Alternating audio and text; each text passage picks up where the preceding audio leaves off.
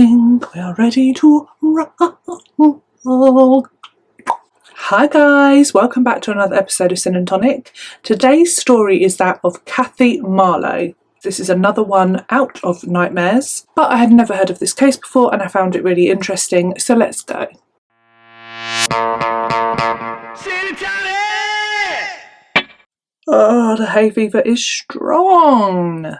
I'm not feeling too fabulous today, so I do apologise if my eyes are streaming and I'm a bit sniffly. It must be hay fever. Like, it's just not great. It's kind of late in the day as well. Like, what have I been doing? Rolling around in lavender? Let's begin our story with Cathy Marlow. She is 28 at the time of our story, and let's do a little bit of background on her. She is an incredibly happy-go-lucky, social, butterfly, confident person. Very bubbly, very fun-loving, and up for adventure. She was born and grew up in Hawke's Bay in New Zealand. I'm not going to do an accent, I can never do that, I'm sorry. When it came round to 1995, Cathy would have jobs in offices and things like that during the daytime, mainly office-based work, and then in the evening time she would work in pubs and bars and things like that, and that really suited her social nature. However, this didn't fulfill Cathy, and she wanted a little bit more out of life. She wanted better in her career, and she also wanted to travel as well and have this adventure and scratch that itch, if you like. So she decided to train to be an accountant, and she got a diploma in business studies in 2001. At that point, she then started working at an accounting firm in New Zealand. I cannot think of anything worse than being an accountant, because I'm just numbers and maths and, oh, I spat, I'm so sorry, and things like that. Just no. Normal tumbler today, guys, normal. Wasn't feeling fancy. Back to the story. Sorry. In 2004, Cathy decided to spread her wings and find adventure. She would move to London town, to so she moved there into a flat which she shared with somebody, and that was going to be her bolt hold. So I don't know if that's the right word, but she was going to have a flat there and that would be her base. She would find a job, and this was the idea, and then she would go off travelling around Europe, because that's where she really wanted to go and investigate. That's the wrong word. Explore is the right one. That's what she wanted to do, and she did it, and I think that's brilliant. She did. She went off and she managed to find herself a job at a market research company called Research Now. It's not a very exciting name for a company, is it? But anyway, so she worked at Research Now. She got her job there as a finance manager. That sounds really important, doesn't it? Finance manager. And luckily she got quite a lot of holiday in this role, and she fulfilled her wishes.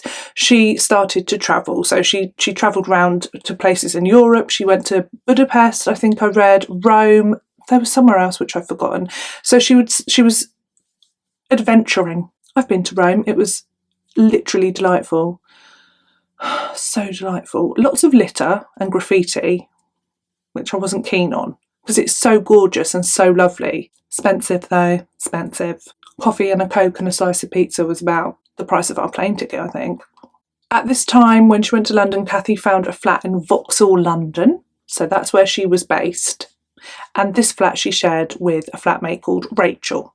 So she is set up rather nicely. She's got time off, she can go on her holidays, go and see the world a bit, and she's got a job that she's happy with, colleagues that she likes, nice flatmate, great. In 2007, she decides that she's going to save up for a special trip, and this is to Egypt. How exciting is that, right? Although I'd be petrified. I don't know why I'm saying it's exciting. I would be terrified to go to Egypt. I just watched too many mummy films and I wouldn't sleep a wink.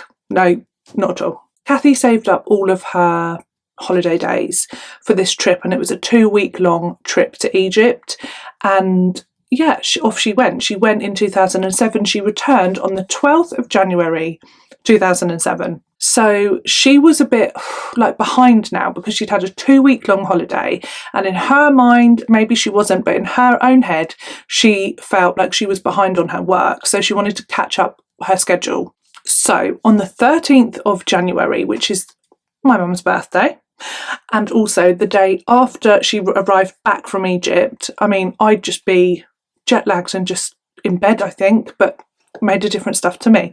She decided that she was going to go into the office. So the 13th of January that year was a Saturday, and normally the office would be closed and nobody goes in. It's a Monday to Friday sort of job, but she really wanted to catch up. Cathy left her flat that day at 9 a.m. and she went into the office. On her way, she stopped at a coffee shop and grabbed herself a drink and then made her way to her office building. All of the people that work at the office building have a key, so she could let herself into the building and crack on with her work, which is exactly what she did. She did that until about 1:30, and then she called her flatmate Rachel. She gave her a ring and she was like, you know, shall we meet up? I'm nearly finished with work. Shall we go and grab a coffee? And they arranged to meet at the coffee shop that Cathy had been to earlier in the morning, where she got her first coffee of the day. They arranged to basically meet at that coffee shop like 15 minutes later. So it was just a quick call, fancy a coffee, I'll be done in 15 minutes, I'll meet you there. That was how it went down, pretty much. And it was really bizarre because Rachel went to the coffee shop and she waited and she waited and Cathy never showed up. Rachel, this was just so unlike Cathy. It's always the way, isn't it, in these stories? Rachel was really concerned because she also tried to ring Cathy and say, where are you? Have you been caught up? You know, she assumed something completely innocent had gone on here, but it was really unlike Cathy to just not show up. Like, this was not like her at all. And she started to worry. Rachel was thinking there is something going on because also Cathy wasn't even answering her phone. No text, not answering a text, not answering a phone call. And this was getting bizarrio. A few hours later, Rachel contacted the police. That's not very long, I know, but when that's a bizarre situation, isn't it? Like, if you're waiting for your really reliable friend and you've literally spoken to them 15 minutes before and then they just don't show up and they don't answer their phone and you would be worried.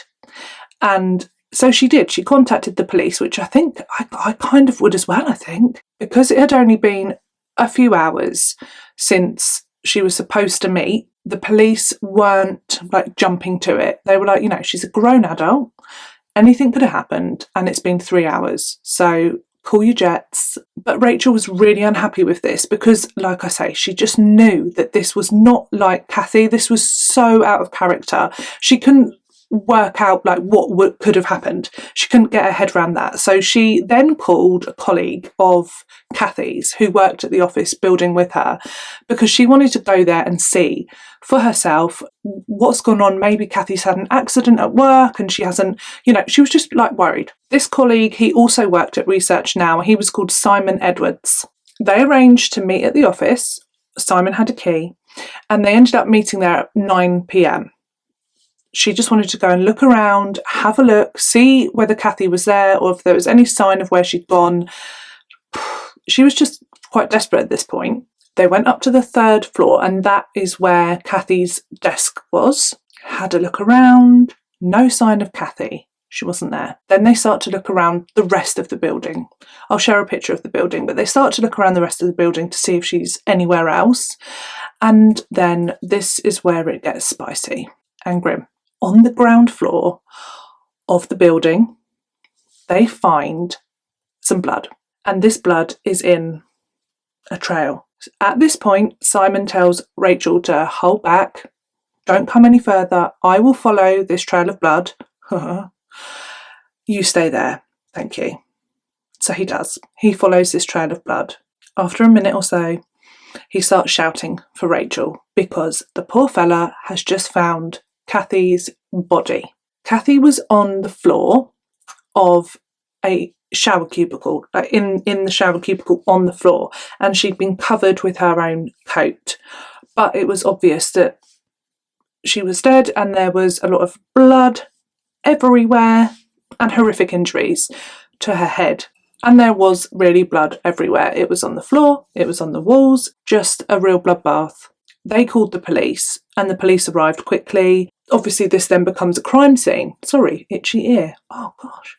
It was quickly determined that Cathy had been beaten around her head quite a lot with a blunt object, and later on they would suspect it was a hammer due to the wounds that were inflicted. Your head bleeds a lot. It's grim, I know, but it does. It bleeds an awful lot. So do your lips. Your lips bleed loads. If you cut your lip, it's like, but yeah, around the head. So there's a lot. Obviously, I think because the blood vessels are so close to the surface. Anyway, that is why there was so much blood everywhere. She'd taken a lot of blows to her head. However, this was not Cathy's cause of death. No, her cause of death was actually strangulation.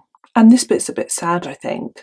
She had been strangled with her own scarf, and that scarf had been a present from her mum.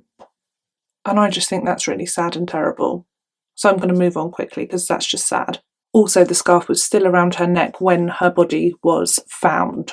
They also discovered that a bone, and she had lots of defensive wounds, so she put up a fight. She had wounds on her hands and her arms, and she had a broken bone in her hand, suggesting that she'd put her hand up above her head or whatever to protect herself, and one of the bones had been broken. And oddly, there were clumps of tissue and stuff like that covered in blood, and a smell of cleaning products. So what they thought was that whoever had done this had kind of tried to clean up, but not well.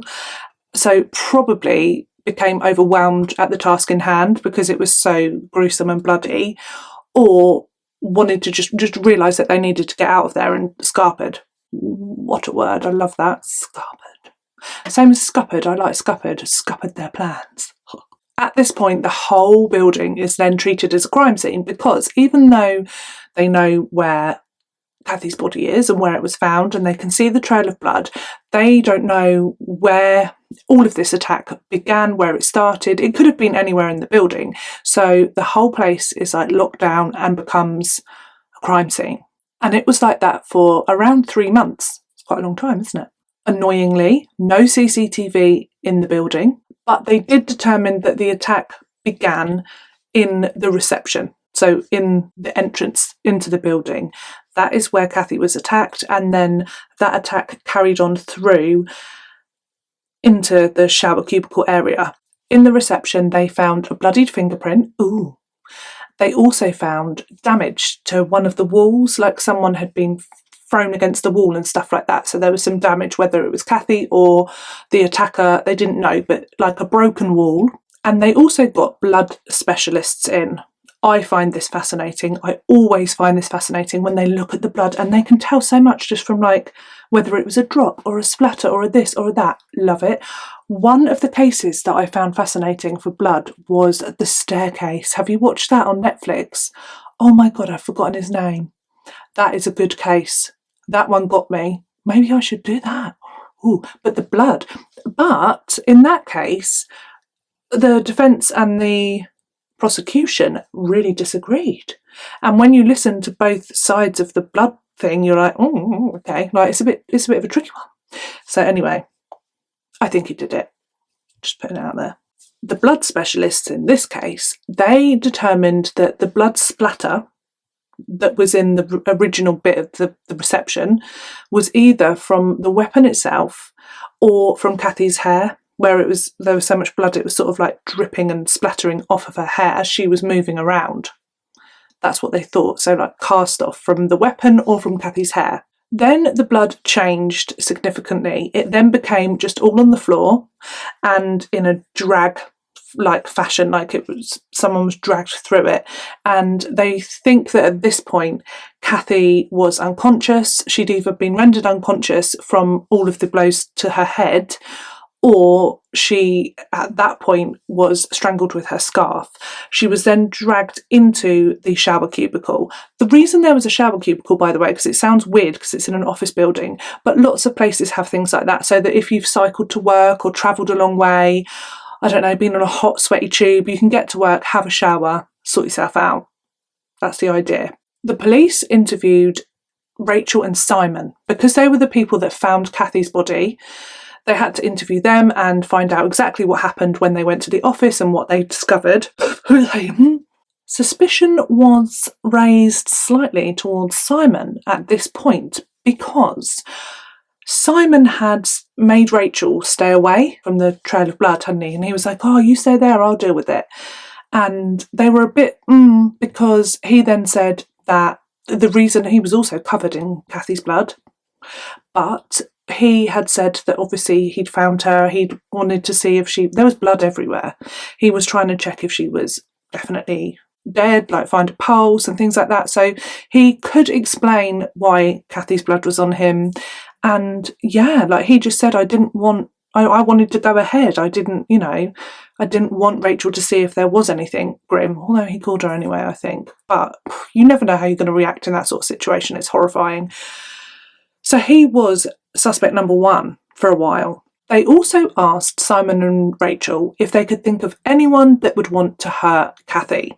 And literally neither of them could. She was so nice and lovely and kind that they were like, no, like they just couldn't think of anybody. Simon's DNA was found on Cathy's body. However, he had an explanation for that. He'd already said, I did touch her body. I checked for a pulse. That's how I got blood on me. And that is how, my DNA is on her. So he could quite easily explain that away. As part of the forensic goings on, they had this stuff, which I'm sure you've heard of, luminol. It's like a miracle, isn't it? That stuff.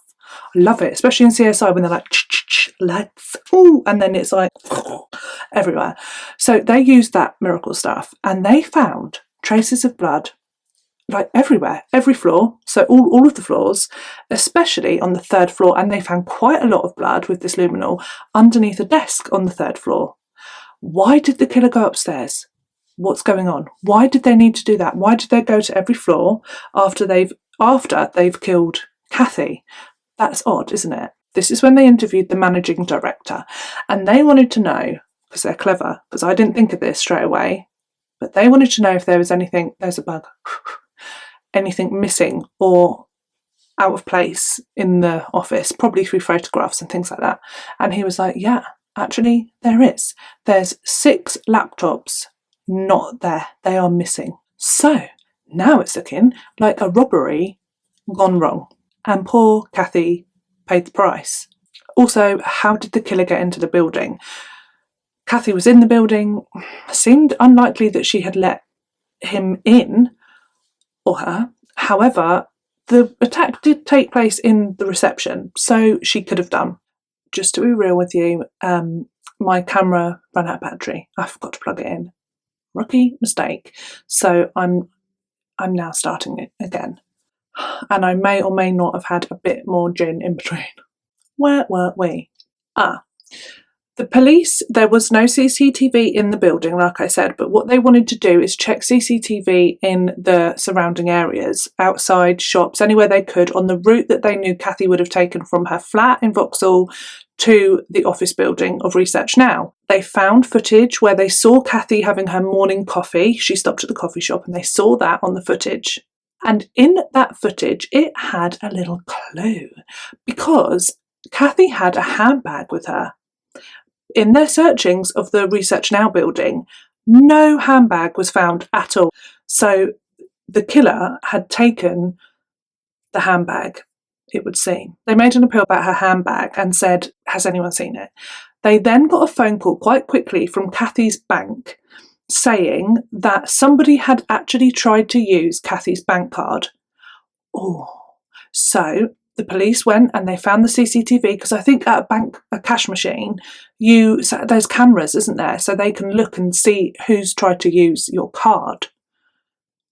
And they did find an image. They found a face, and it was not Cathy. They identified this man as Daniel Kennedy. He was arrested and he quickly became suspect numero uno. Daniel Kennedy had never committed a violent crime, but that day he was actually due in court for another criminal offence, just not a violent one. He insisted on questioning that he did not kill Cathy, but that he had taken her handbag.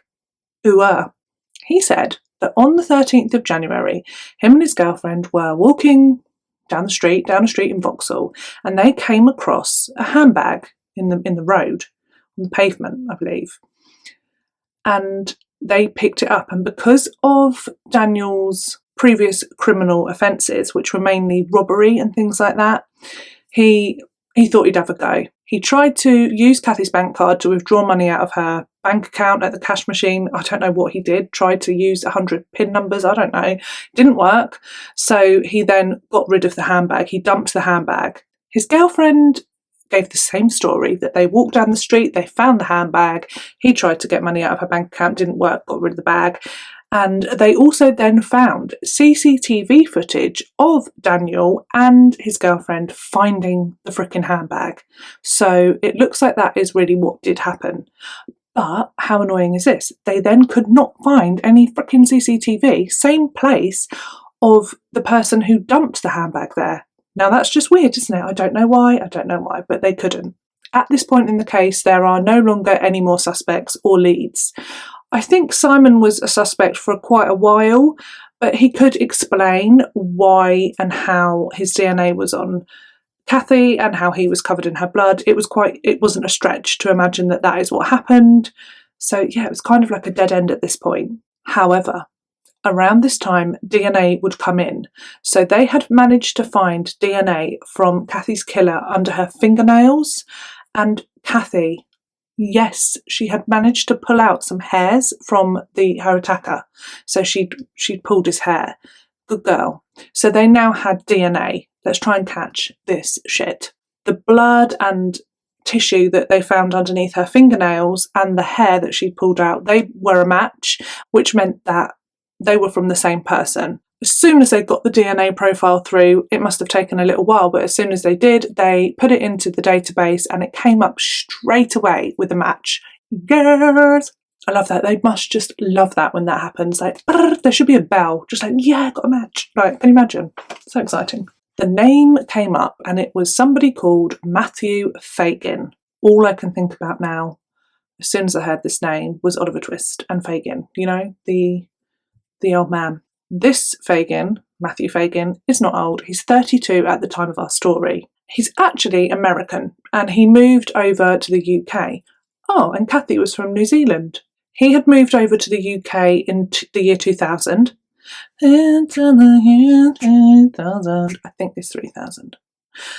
And the reason that his DNA was in the database is that at some point he had been arrested for being drunk and disorderly, and they take your information if you're arrested. So he was in the frickin' database. Woo! Interestingly, Matthew Fagin was actually known to Cathy.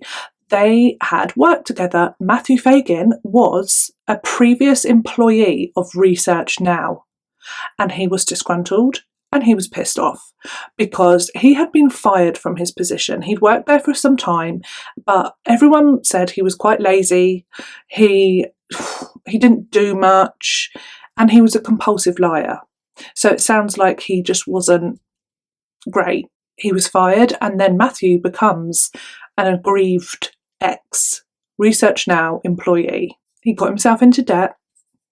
He couldn't pay his way out of it. He now had no job. And he started to commit robberies around this time to support himself. Heaven forbid you'd get another job. 2 weeks after Cathy's murder, he was arrested. He was arrested and he was questioned, and he denied any involvement. He had nothing to do with this. And he was also, annoyingly, a no commenter. No comment, no comment, no comment. But I felt like Russell Kane then. They did, however, have incredibly strong physical evidence against Fagin. Oh, all I want to do is sing Oliver musical songs now. That's all I want to do. I'll save you from it. Who will buy? Who will buy? No. The minute they mentioned the physical evidence, Fagin all of a sudden wanted to have a chat. And he did admit that he was involved in the robbery that day, but he had nothing to do with Cathy's murder. He wanted that to be very clear. He had gone to Research Now with two other men, two men that he had committed robberies with before. He still had his keys from when he worked at Research Now, and they concocted this plan that they would enter the building and they would steal lots of the expensive equipment, lots of laptops, computers, things like that. And that was the plan. So it was a win-win because he got to seek revenge for being fired and his life being turned upside down. And they would get all of these stolen goods. So everyone's a winner, apart from Research Now. And in the end, Cathy, which is just horrific. He said that they entered the building and then they quickly realised that Cathy was there. He then helped these two other men restrain Cathy, and then he went off into the building to go and find these laptops that he was going to nick. He then left. This is what he says. He then left the building. When he left the building, Cathy was still alive in the company of these two other men. I call bullshit, and so did the police and all the investigators, because there was literally no evidence, not a single piece of evidence, that anyone else had been at the crime scene. It massively appeared that Cathy was there, her attacker was there, and that attacker was Matthew frickin' Fagan, because she pulled his hair out, she had his DNA under her fingernails. There was no evidence that anybody else was in that building with him. So shut the front door. It's just rude, isn't it, when they make up some absolutely crap. It's a waste of time, just wasting my time. I could not do that job of a detective because I'd just be like, ugh. I was going to say it would drive me to drink, but he gave the names of these two men to the police. Clever. And they spoke to them, and they both had incredibly strong alibis for the day of Cathy's murder. So that backfired, mate, didn't it? What an idiot. We're better off not to give their names, but whatever. Around this time, the police released his name out in the press, and they said that this is the guy that they'd arrested in conjunction with Cathy's murder. And lo and behold, they got a phone call not long after this, and this is an interesting, cheeky phone call, this one. It basically helped to tie him so much more into what happened. This guy called the police, and he said that Fagan had approached him with the offer of buying a number of laptops from him for like 300 quid a pop. So they're probably worth a hell of a lot more than that, but, you know, he was like, oh, do you want these? Wheeler dealer or Del Boy. Bit of dodgy dealing. So they arranged to meet. When they met, this guy, I don't know his name, apologise for that. I don't even know if anyone knows his name, actually. But he told police that when they met, Fagan looked rough. He looked bad. He was in a bad way. He had a bandage around his head. He had bruises and stuff like that. And it just looked like he'd been in a brawl or in a fight. And so he asked him, he was like, are you okay? Like, you look like shit. And the guy, Fagan, he just said, yeah, I was mugged. I was mugged and I went to the hospital and fine. But yeah, I was mugged. It was scary, yeah. The police went to this guy's place because he did actually buy the laptops. So he bought these laptops, which he probably knew was stolen, but he said, no. So they went to see him and they found the laptops. They said, like, come on, we need to have a look at what you bought. And those laptops were indeed the laptops from Research Now. So they now have a stronger connection. Even though he'd admitted to stealing the laptops, you know what it's like. They get to their trial day and then they retract things and say, no, I was never there. But now they had proof and evidence that he had been in the building and stolen those laptops. They had a witness and they had the laptops. So they were set in that front. Evidence is mounting up. Traces of his own blood were found in the office.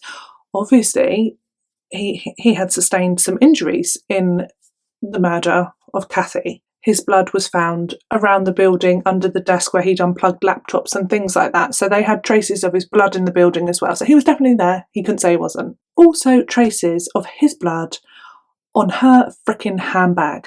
I forgot to mention that they found her handbag. So Daniel, he dumped it, hadn't he? He'd been like, nothing good here, dumped it, but they found it. They retrieved it from the rubbish bin where he dumped it. And that had Matthew Fagan's blood on it. I mean, what? Also on items inside the bag as well. So, and they also found some cheeky CCTV footage, which I like. They found footage of him walking towards Research Now, so on the way to commit this robbery and murder. And He's walking along nice and normal. After the murder, screaming child? Not mine. After the murder, I might have to have the fan on. I need a bit of air, a bit of fan. After the murder, the CCTV footage shows him walking back the way that he'd been, but this time with a massive full rucksack, laptops, and a limp where he'd been injured. I mean, Cathy put up a frickin' fight, didn't she? She really did.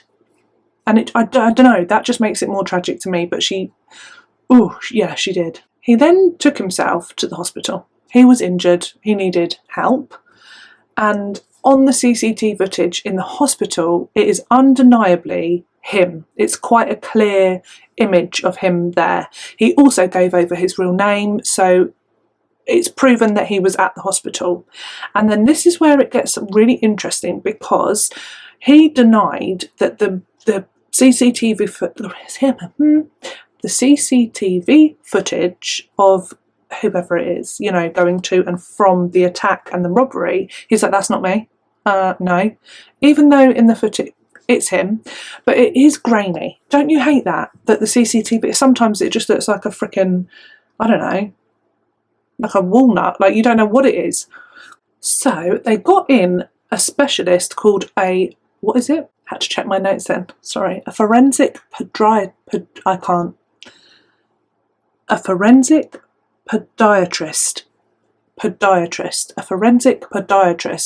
basically someone that studies the way people walk, so they can look at something and be like, that's that just from the way they walk. That's clever. So they got someone and they were like, yeah, 100%, that person on the grainy CCTV is the same as this guy, because he walks into the hospital as that one. It's the same person. Fagin stuck to his story and said, I stole the laptops, but I did not hurt her, and I left her alive with these two other men. He stuck with that story and he pleaded not guilty. So this whole thing then went to trial. The prosecution, they said that Fagin held so much resentment, so much anger towards his former employees, research now, and that his plan on that day was to seek revenge by going there and stealing laptops. He had a key, he could get in. It was like the perfect way for him to have revenge. He would steal these things that are worth a lot of money, cock everything up basically, and be on his merry way. Tragically, what they believe to have happened due to the blood evidence is that Cathy, remember she phoned Rachel to go and have coffee? She was leaving the office. What they think happened, and this is just so tragic, is that she was in the reception and she was about to leave. She was about to leave as Fagin entered. So she would have met Fagin in the reception. He wasn't a stranger to her. She knew him. She knew that he'd worked there. They'd worked there for a while together. So he saw her. He knew that she'd seen him. She would definitely tell somebody, even if he'd run off, that he'd been there that day and that he still had a key. And she basically ruined his plan. Not only ruined his plan, but he knew that she would tell somebody that she'd seen him. Just wrong place, wrong time, the most tragic timing. They never found the weapon that he used to hit Cathy on the head, but they do believe it was a hammer and that he'd taken that with him as part of his robbery kit. They believe that he walked in, he was seen and met Cathy, and that he just started to hit her over the head in the reception. He was 6'4" and she was quite small in stature, so he did manage to overpower her, even though she did put up a hell of a fight. There was damage in the reception, so the struggle happened there while he was hitting her over the head. And then at some point further down into the reception, he managed to overcome her and she was either unconscious or he then strangled her with her scarf, and then he dragged her into the cubicle in the downstairs on the ground floor.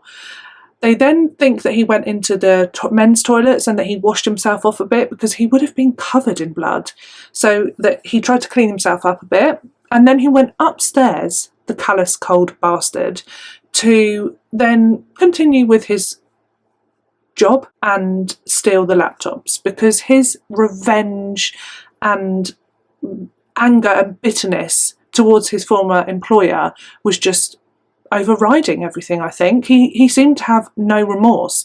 He hadn't acted spontaneously and then felt aggrieved at what he'd done. No, he didn't go off and run away and he went upstairs and just carried out what he was there to do anyway. It's callous. The defence was weak as shit. They said he went there to steal laptops, he didn't hurt her, it wasn't him. The two people that he said he's with had an alibi, so who the hell was it? Like, come on. There was so much evidence against him. His defence team must have just been like, lost this one. Sure enough, the jury found him guilty, and he was sentenced to life in prison with a minimum of 26 years. Minimum. I've written maximum in my notes. Must have been tired. Still very tired. Children are letting me sleep now, but I'm still very tired. There was further heartbreak for the Marlow family, unfortunately, because Cathy's mother had terminal cancer. So, really sadly, a couple of months after Cathy had been murdered senselessly, and this one really does fuck me off, Cathy's mother then sadly passed away. What a horrific time for her family, just awful. And the reason this case kind of really, I don't know, it's almost, I don't know, I don't want to say sick, but just like it tapped into me, was because, again, it's another one of those cases where when you look at true crime and things like that, you almost want to, you want to protect yourself. You're like, what could I do differently? How can I learn something from this? Like sometimes in these cases, you're like, okay, never walk alone, things like that. Don't have your ear things in when you're alone. You know, like there's always a little lesson. But with ones like this, I mean, what was she meant to do? I mean, what, don't go to work on a Saturday? Come on. It's just, yeah, it gives me the creeps, the cases where there's just nothing that person really could have done to help themselves. They didn't get themselves in a pickle. They were just doing something completely normal, like Paige Doherty. She went to get herself a breakfast roll in a freaking shop and was horrifically murdered. And I just find it, you know, and the people that commit the crimes, it's just like in that second, like literally in that second, it just goes. And it's just, that's frightening, isn't it? Whoa, that is frightening. Not to say, by the way, that people that get themselves in a pickle or walk on their own or whatever, have these in anything, deserve to be murdered. No, they don't. But you know exactly what I mean. Sometimes there's just like, they just went to a shop. But then sometimes people just cross a road and get hit by a bus. These things happen. Cheery. I'm going to need to go in and watch The Office. We're watching The American Office. It is so funny. I love it a lot.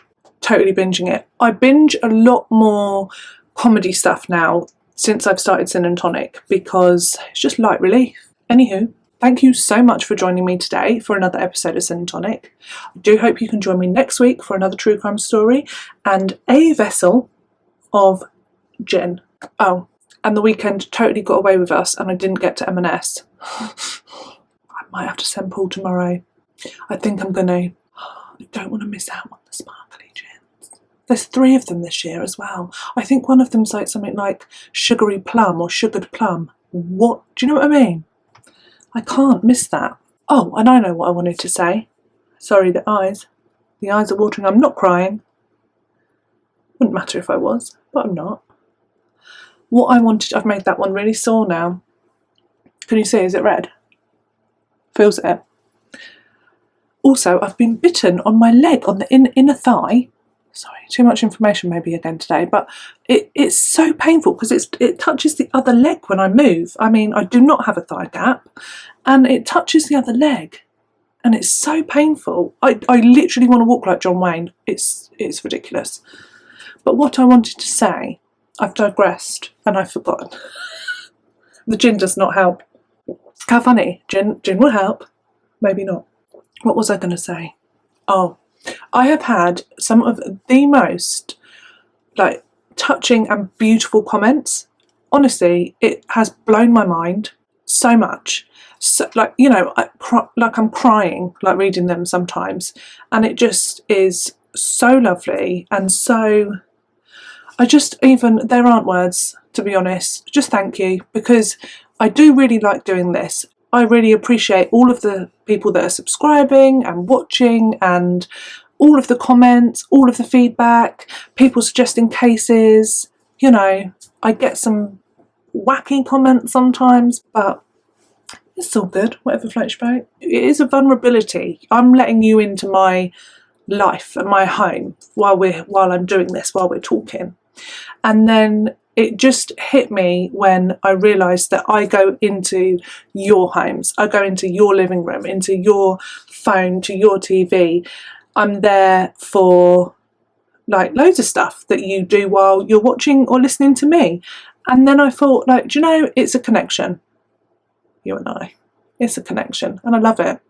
And I will never stop loving it. And those comments just really made me feel like that, actually. It's not just me letting you in, you're letting me in. So thanks, because I think that's really lovely, actually. I don't want to cry, but some of the comments were just like blew me away. Literally blew me away. So thank you. And it is an honour to be in your front room or your bathroom, your bedroom. Cheeky. Thank you. I'm going to stop waffling now. I'm going to finish my gin. I might sit up here quietly for a moment, soak in the peace. And I shall see you next week. Love you. Bye.